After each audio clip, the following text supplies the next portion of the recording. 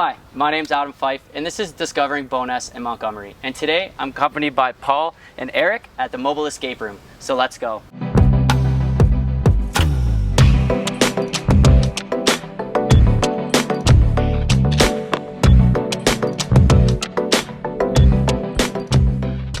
Hey guys, how's it going? Thank you so much for actually allowing me at your place today. So why don't we start this whole interview off by introducing yourself. So Paul, I think... Sure, yeah. Paul Harvey, and happen to be a brother-in-law of Eric's.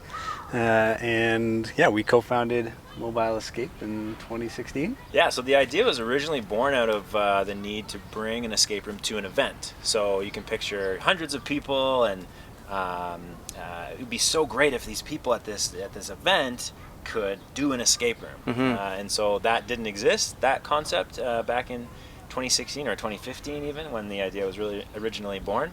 And so my wife at the time, my wife at the time and now, said, "Hey, you'd be a great business partner with my brother."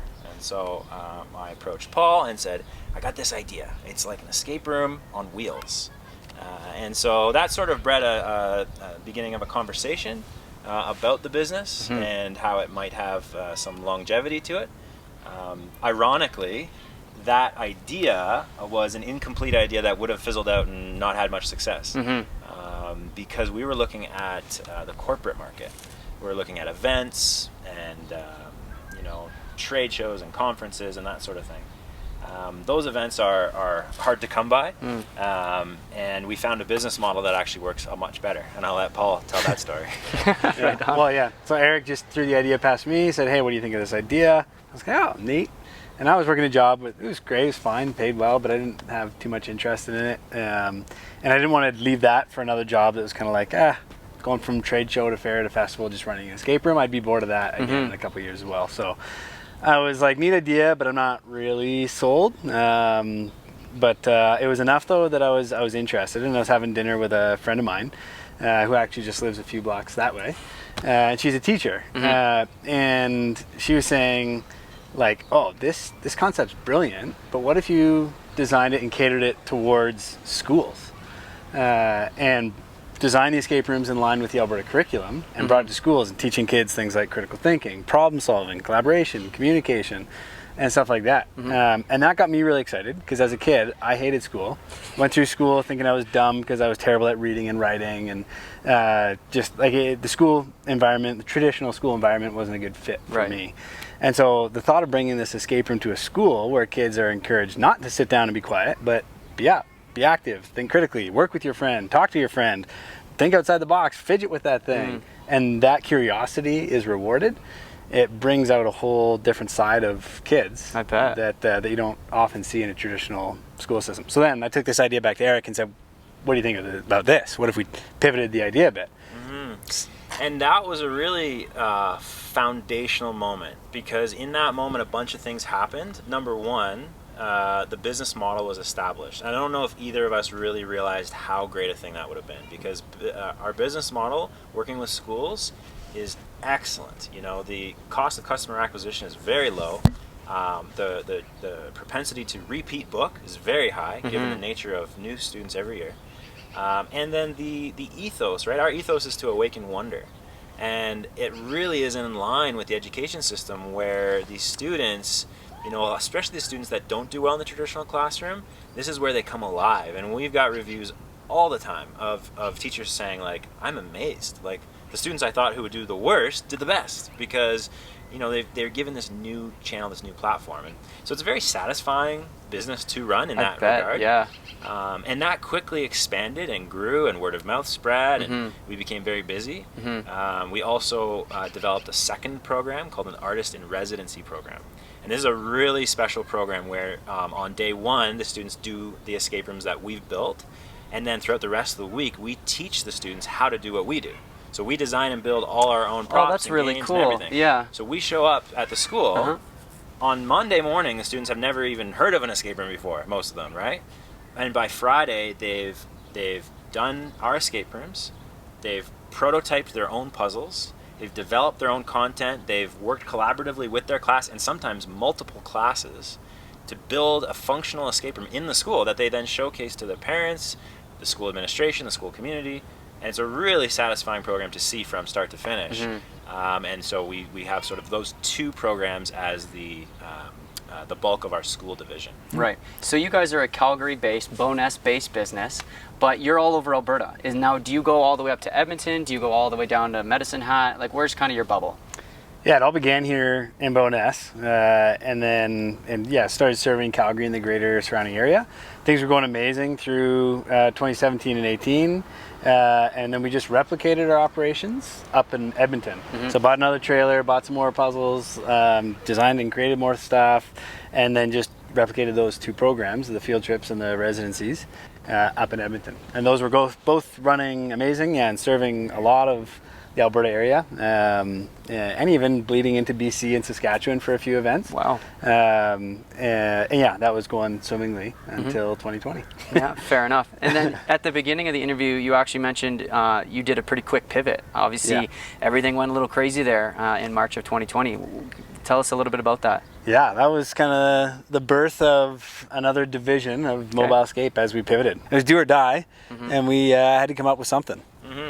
Yeah, it was a really low moment, actually. We had to let go of all but one of our staff. We saw these assets which we'd invested in just sit idle, and yeah, it was very bleak. But actually, it was Paul who I can envision it still. He came down the stairs to our basement. I'm at a total loss, and he goes, "I got an idea. Why don't we just do what we've always done, but bring it to the people who need it now in their homes," right? So something that you need to know about us is that for years we've been developing puzzles with students using simple materials, paper, tape, string, glue, right? Like we do that daily, right? So we've done that thousands of times. And so we got really good at it. And so within 3 weeks we had a product to market. We called it Episode 1. And we were going to commit to an entire series. Yeah, this is the box set. It didn't look that good on day one. I was going to say, it's actually a nice clean box. So we developed an escape room in an envelope using simple materials. And we brought this product, like I said, to market in 3 weeks during a time when people really needed it. They were hungry for something like this. And so it sold extremely well. Wow. We were blown away. We actually had our best revenue year ever. Really? Yeah. Wow. Yeah, Good for you guys. Yeah, thank you. We won a national award. Yeah. So Canada Post awarded us out of hundreds of companies first place for our pivot from offline to online. So we became an e-commerce company overnight. We're still learning what does that mean because it's a totally different business. We were a geographic service-based business, and now we're a global e-commerce-based business as well. So now we do both. Wow. Yeah, and it took off like we never expected. Started having people reach out from around the world. Some people from the Netherlands first reached out saying, "Hey, really cool product. Can I translate it to Dutch and produce it and sell it here?" So we went back and forth, had a lawyer help us draft a distribution and license agreement, and Nice. off we went. So now it's available in Dutch, and then the following year German as well. Cool. And so yeah, we've sold I don't know, we're creeping up probably on 100,000 copies now, and Right. sold all over the world. I don't know how many countries now. And you're on season 1. So how long does this season last, and when does the next one come out? A season lasts to play. Yeah. Yeah, to play season 1 is really at your own pace. Okay. There's 12 episodes plus an epilogue. And each episode is between 1 to 2 hours, sometimes 3 if it's one of the more challenging episodes. Right on. So we call it binging. You can binge it if you want. Yeah. More often, what we see people do is play about once a month. Wow, that's really cool. And then, so you're on season 1 right now. Is there a release date for season 2? We have a lot in the works right now. Yeah. So Right we have on. our own rooms, which we're rebuilding. Cool. We have a custom job, which I think we should talk about a little bit, our custom division. Okay. We have a huge custom job right now in the works, which is about 1,000 hours of work. Okay. And then we also have a digital print and play game around climate change and energy. And so that's all before season 2. But we do, because I'm notorious for ideating, we have season 2 more or less planned out. Now Cool. we haven't actioned any of it, but it is. It's up here. You're ready. Yeah. That's awesome. And so you have a custom division as well. So is there anything that you guys don't do? So We tell love me. saying yes to customers. So Yeah. tell me a little bit about the custom division. Our custom division was born out of opportunity. People approached us from different locations, different industries, saying, "We like what you do, and we want one." And so we figured out ways to say yes to that. And we Okay. started small and did jobs for a few $100, a couple $1,000, and it's since grown to be quite a substantial operation where we're now developing, designing, fabricating, and deploying games all around the world, really, to different trade shows, different operations, a digital game, an escape mail game. And it's really grown into something that we're really quite proud of and we really love. We love meeting the needs of our clients who have an idea or have a need. Maybe they don't even have an idea, but they have a desire, a felt need that they need met. Right. And through the escape room method, we can meet those needs. So just, like I know every situation's different, but if someone's interested in a custom game of some sort, like what is your usual ETA? Like a couple months, couple hours? Like what are you guys really offering there? Yeah, it depends on the scale, but Yeah. often, if it's something simple, we can put it together in a month or two. Cool, okay. For something more elaborate, like the one we're working on right now, which is about 6 months, spread over 6 Right. months. Wow. Developing kind of 3 different components: a digital game, an escape mail style game, and then a physical game that they can take to trade shows. And often Oh, with these cool. custom games, it all centers around a similar desire to awaken wonder in their constituents, often tied to some sort of educational component. Like they want to educate about their brand, educate about some sort of thing that their brand or company Right. is concerned about, whatever it might be. But often they're trying to engage users, and escape rooms are an incredible way to do that.